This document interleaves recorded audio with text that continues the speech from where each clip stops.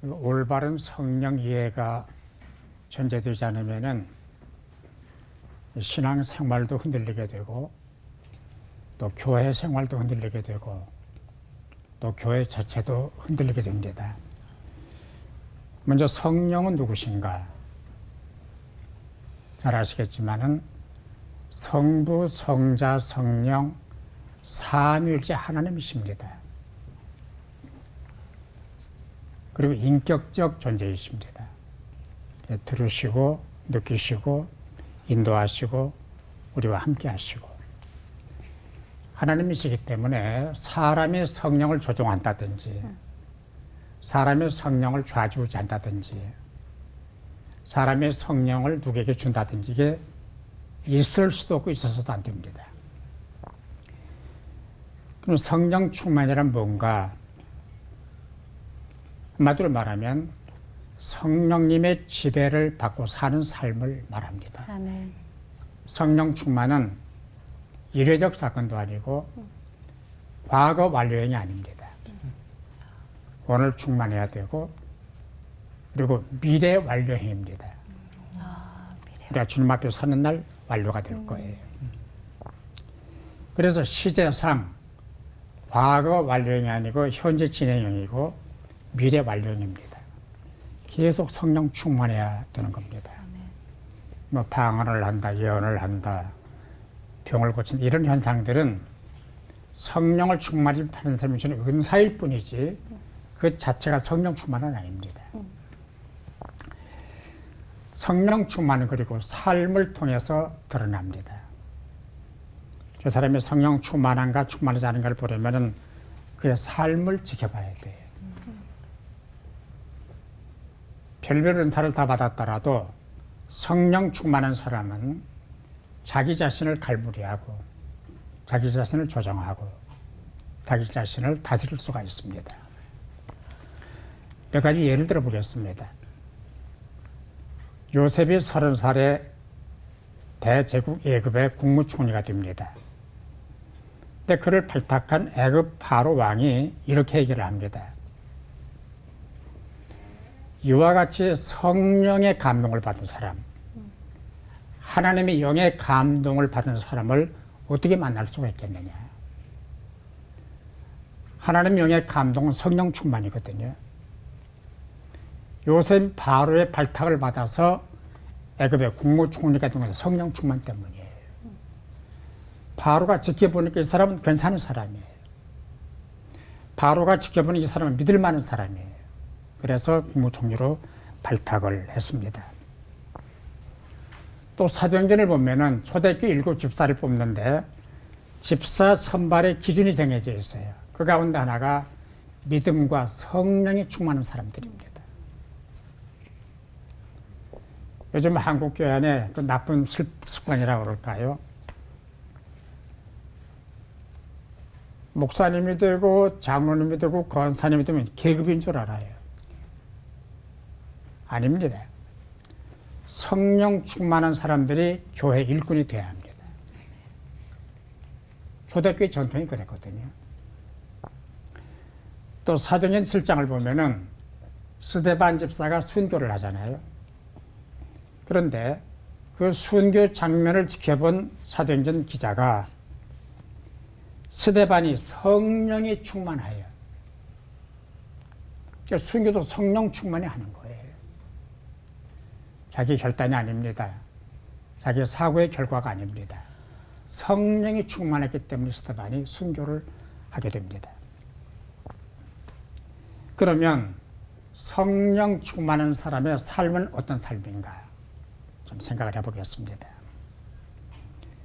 말씀드린 대로 성령님의 이끄심을 따라 사는 사람이에요. 자기 주장과 자기 소견과 자기 사고를 포기하고 성령님의 인도를 따라 사는 사람. 이 사람이 성령 충만한 사람이에요. 그리고 날마다 성령님을 기쁘시게 해드리고 또 성령님과 동행하는 삶. 은사를 체험하는 게 아닙니다. 성령님과 동행하는 삶이 성령 충만한 삶입니다. 정리를 하겠습니다. 그러면 성령을 충만히 받으면 어떻게 해야 되는가? 성령님께 나를 맡겨야 합니다. 우리가 수영을 할 때 내가 물에 들어가서 물에 나를 맡기면 내가 뜨거든요. 네. 내가 물을 지배하려고 그러면은 물이 나를 띄워주질 않습니다. 물에게 나를 맡기면 물이 알아서 나를 띄워주는 거예요. 자기의 주장, 자기의 경험, 자기의 습관을 포기하고 성령님께 맡기는 것이 성령을 충만히 받는 비결입니다. 아멘. 그리고 더 중요한 거는 누가복음 11장 말씀인데요. 구하라, 찾으라, 문을 두드리라. 구하는 자에게 성령을 주시지 않겠느냐 그랬습니다. 성령 충만을 구해야 됩니다. 성령 충만을 간구해야 됩니다.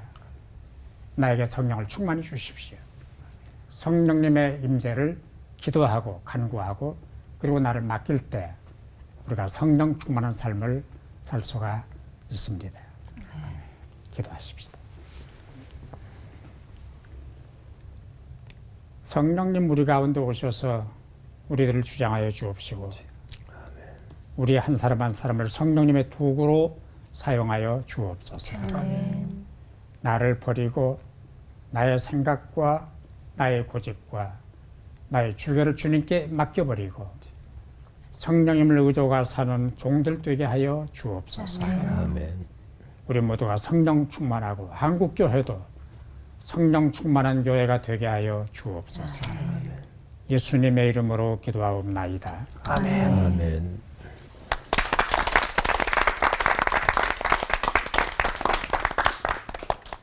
성령에 대해서 생각을 할 때 제가 나이가 한 60이 다 돼가지고 깨달은 게 하나 있어요.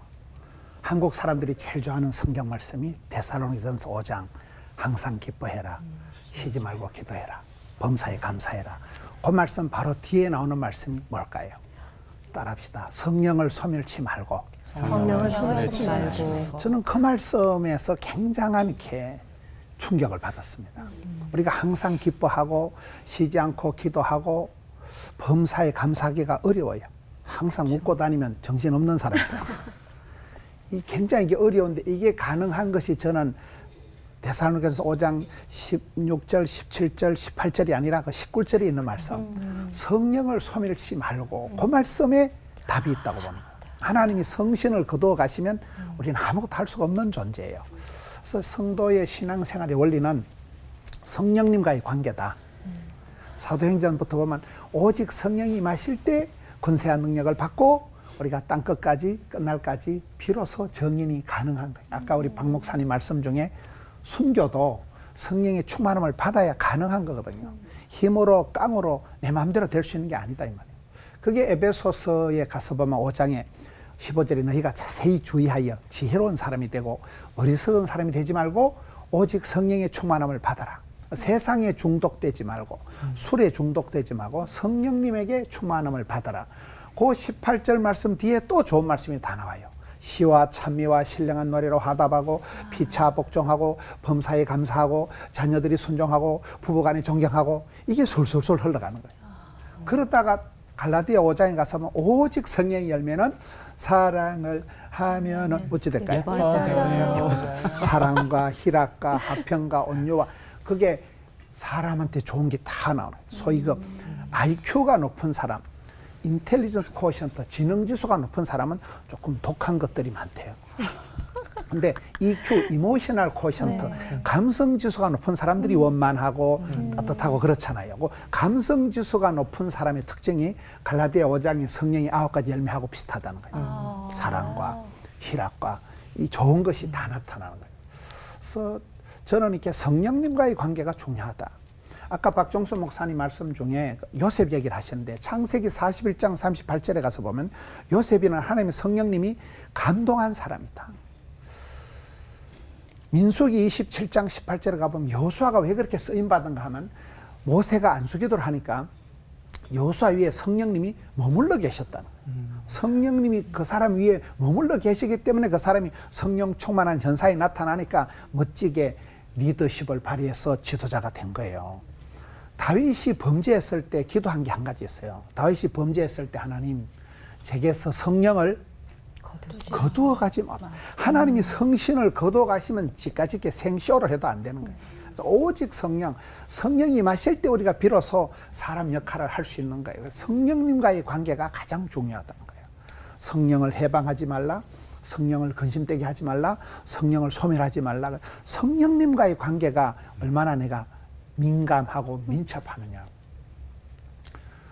예수님께서 처음에 공생 사역을 하실 때 하늘 문이 열리고 성령이 임하시고 하늘로부터 소리가 들렸잖아요. 내 사랑하는 아들아 소리가 들렸는데, 그리고 예수님께서 광야로 시험을 받으러 가십니다. 시험을 받으러 갈 때 누구에게 이끌려 시험 받으러 갔을까요?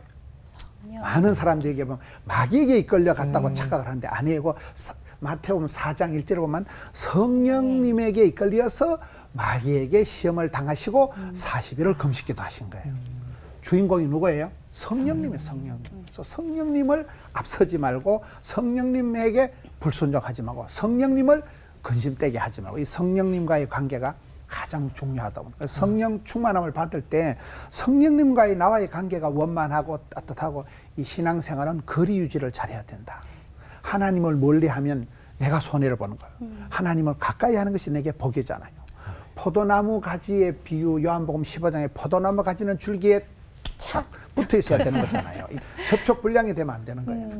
하나님과의 거리 유지, 성령님과의 내가 거리 유지가 중요해요. 성령님은 만사 형통하게 하시는 분이 아니고, 사도행전 16장에 가서 보면 바울이 아시아에서 복음을 전거하려고 할 때 성령님이 막으십니다. 막으시는 성령님. 예수의 영이 허락지 않더라. 하나님이 뜻이 계실 때는 어떨 때는 일이 안 되고 이렇게 틀어질 때도 그 성령님이 크고 놀라운 뜻이 계셔서 그걸 막으시는 거예요. 하나님의 계획은 마게도냐로 해서 복음을 유턴시키는 거기 때문에 성령님이 막으신다. 성령님의 인도하심이 얼마나 내가 민감하느냐, 민첩하느냐, 이 부분이 중요하다고 보는 거예요. 그래서 성령님은 인격적인 분이시고, 성령님을 우리가 근심되게 하지 말고 해방하지 말고 불순종하지 말고, 성령님을 우리가 민감하게, 내 욕심, 내 고집, 내 혈기가 아니라 성령에 속한 사람. 아까 우리 박 목사님 말씀하실 때도 보면 이 성령님의 그 충만함은 생활을 보고 알 수 있다는, 열매를 보고 알 수 있는 거거든요. 열매라는 건 뭐냐? 악령, 귀신에게 끌려다니는 것들은 꼭 귀신 같은 짓을 해요. 뒤가 안 좋은 거예요. 귀신, 악령에게 끌려가는 사람은 뒤가 안 좋은 거예요. 성령님은 그 사람을 좋게 만들어 주시는 거예요. 그렇잖아요. 그래서 삶의 열매를 보고, 아, 저 사람이 귀신을 따라가는 사람, 악령에게 이끄는 사람인가, 성령님에게 인도함을 받는 사람인가를 우리가 알 수 있는 거예요. 열매를 보고 알 수 있는 거예요. 그래서 우리가 살아가면서 성령님과의 거리 유지, 성령님은 아까 불처럼 뜨겁게 임하시니까 성령님이 임하시면 뜨거워지니까, 불처럼 바람처럼 생수처럼 성령이 있으니까 성령 충만한 사람은 따뜻한 사람이에요. 냉정한이 될 수가 없는 거예요. 체온 유지, 거리 유지, 성령님을 가까이 하시고 성령님을 근심되게 하지 말고 성령님을 해방하지 말고 성령님을 멀리하지 말고, 그래서 성령의 인도하심을 따라 성령님의 그 인도하심에 민감하게 민첩하게 순종하는 사람은 성령의 열매가 주렁주렁 맺히는, 팔복구역, 팔복의 말씀, 성령의 9가지 열매가 주렁주렁 맺히는 그런 삶이 아름다운 삶, 열매 맺는 삶이 되는 것입니다. 기도하겠습니다. 하나님 아버지, 삶 속에서 성령님을 근심되게 하지 말고 성령님을 모시고 성령님의 인도하심에 민감하게 순종하면서 성령의 열매를 맺추는 저희들 되게 하여 주옵소서. 아멘. 예수님 이름으로 기도하옵나이다. 아멘. 아멘.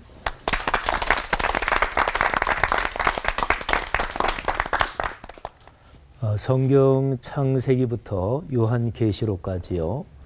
전체 성경에서 성령님, 이게 제일 처음 나오는 게 창세기 1장 2절입니다. 하나님의 신은 수면 위에 운행하시니라. 그러니까 하나님의 신, 성령님이죠. 구약 성경에 성령 하나님, 하나님의 신, 하나님의 영, 성령에 대한 언급이 굉장히 많이 나오죠.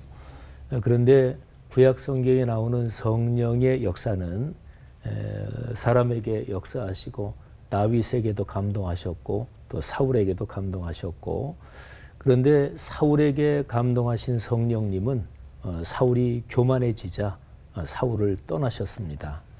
근데 구약 성경에서 성령께서 역사하셨다가 다시 떠나시기도 하고 또 어떤 사람 위에는 계속 성령이 머물러 계시기도 하고 그런데 이제 구약 성경에 에스겔서, 예레미야서 이런 예언서 같은데 특별히 집중적으로 나오는 성령에 대한 언급이 있어요. 그거는 언젠가 미래에 하나님의 영이 오신다. 성령이 오신다. 그러면 그 성령이 오셔서 크게 보면 두 가지가 나타난다. 이렇게 말씀하세요. 첫째는 하나님이 우리 안에 들어와서 사신다. 이런 거죠. 그러니까 안에 들어와서 계속 머물러 사신다 이거고요. 두 번째는 하나님의 말씀을 우리의 마음에 새겨주신다. 이거죠. 이거는 구약에서는 이루어지지 않은 일이에요. 그러니까 성령 하나님은 천지를 창조하실 그때부터 활동하셨지만 그런데 구약시대 계속 활동하시면서 하나님께서 약속을 주시는데 언젠가 미래에 성령이 오신다. 그러면 구약시대에는 없었던 두 가지 일이 생긴다. 첫째는 하나님이 우리의 마음과 영혼 속에 아예 들어와서 사신다. 두 번째는 하나님의 말씀, 구약시대에는 모세가 깎아 가지고 올라간 돌판에 하나님의 손가락으로 십계명을 써주셨고 또 하나님이 주신 말씀을 모세가 양 가죽이나 이런 데 기록을 했겠죠. 그런데 성령이 오시면 하나님의 말씀을 그 거룩한 법을 마음에 새겨주신다. 이게 이제 구약의 위대한 예언의 말씀입니다. 자, 그럼 신약으로 넘어와서 성령의 충만 또 성령이 오신다. 여기하고 연관된 제일 유명한 구절이 무엇일까요? 술 취하지 말라 이는 방탕한 것이니 오직 성령의 충만을 받으라. 이것도 뭐 굉장히 유명하고요. 또 성령의 열매 이것도 참 유명하고. 근데 제가 가만히 생각해 보니까 그래 뭐니 해도 사도행전 1장 8절이지 이런 생각을 했어요. 오직 성령이 너희에게 임하시면 같이 하자 그러면 혹시 시험 들까요? 아니요. 그거 되실까 봐. 시험 안 드실 것 같지. 오직 성령이 너희에게 임하시면 너희가 권능을 받고 예루살렘과 온 유대와 사마리아와 땅끝까지 이르러 내 증인이 되리라 하시니라. 아멘. 근데 한국교회는 우리 목회자들도 그렇고요. 또 한국교회 지도자들이 이 사도행전 1장 8절을 복음을 강력하게 전해야 된다. 전도해야 된다. 선교해야 된다. 이렇게 이 구절을 많이 설교하고 강조했어요. 그건 맞는 얘기입니다. 정확한 얘기예요. 그런데 오늘날 한국교회의 모습을 보면 선교가 전도가 벽에 부딪혔어요. 발목이 잡혔어요. 무엇 때문일까요? 예수 그리스도의 복음 자체에 문제가 있을까요? 당연히 아니죠. 그러면 한국교회 예배당이 옛날보다 안 좋아졌을까요? 천만에요. 훨씬 좋습니다. 한국교회 찬양의 가창력이 안 좋아졌을까요? 아유, 진짜 아니죠. 우리 동방현주 집사님 한 분만 보면 알잖아요. 한국교회 가면 재미없나요? 아니에요. 우리 그거는 우리 여기 이 양반을 보면 잘 알잖아요. 보기만 해도 웃기고 한마디만 하면 웃기고. 그러니까 한국교회 찬양 좋아요. 건물 좋습니다. 음향시설 장비 좋습니다. 재미있는 교회, 재미있는 목회자, 재미있는 프로그램 많아요. 근데 뭐가 문제일까요? 성도들의 삶이 문제인 거예요.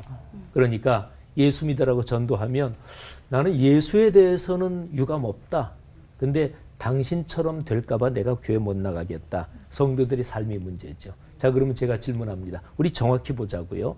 사도행전 1장 8절에서 성령이 오시면 어떤 현상이 일어난다고 기록이 되어 있어요? 증인이 되리라. 증인, 인자가 사람 인자잖아요. 그러니까 사람이 된다는 거예요. 성령이 오시면 증언한다, 전도한다, 선교한다, 그게 맞대니까요. 그런데 그거를 엄밀하게 나눠보면 두 단계가 있어요. 사람이 먼저 돼야 돼요. 그 다음에 전도하는 거예요. 증언하는 거예요. 근데 한국교회는 이거를 싸잡아서 같이 묶어가지고 그리고 뒤에 거를 너무나 강조했어요. 증언해야 된다. 나가서 전도해야 된다. 근데 사람은 안 됐어요. 저는 언젠가 이 생각을 하다가 그래 맞아. 하나님의 말씀에 역시 해답이 있지. 오늘날 한국교회 해답은 사도행전 1장 8절을 다시 읽어야 된다. 성령이 오시면 전도해야 된다고요? 맞다니까요. 그런데 반드시 그 전에 그리고 1장 8절에 9절 자체로만 보면 성령이 오시면 사람이 먼저 됩니다. 증인이 되는 거예요. 예수 그리스도를 닮은 사람이 되는 거죠. 그러면 전도는 아주 자동적으로 된다 이렇게는 얘기할 수 없어도 증인이 사람이 되는 게 먼저고 그 다음에 전도다. 성령이 오시면 사람이 됩니다. 그래서 성령의 충만, 은사를 지나치게 강조하면 인격적인 측면이 약해져요. 성령이 오시면 먼저 인격을 갖춘 사람이 됩니다. 그 다음에 은사는 부수적으로 나타나는 것이고 전도도 그 결과로서 하는 것이고 그러니까 성령 충만의 본질적인 현상 자체는 사람이 바뀌는 거다. 인격이 성숙하는 거다. 우리 모두가 한국교회가 사도행전 1장 8절에서 그런 은혜를 다시 한번 깊이 강하게 받기를 간절히 바랍니다. 기도하겠습니다. 하늘아버지 은혜를 감사합니다. 성경 말씀 가감하지 말고 다시 한번 어린아이 같은 심정으로 묵상하며 봤습니다. 사도행전 1장 8절을 그렇게 봤습니다. 한국교회 다시 한번 축복해 주옵소서. 예수님 이름으로 기도 올립니다. 아멘.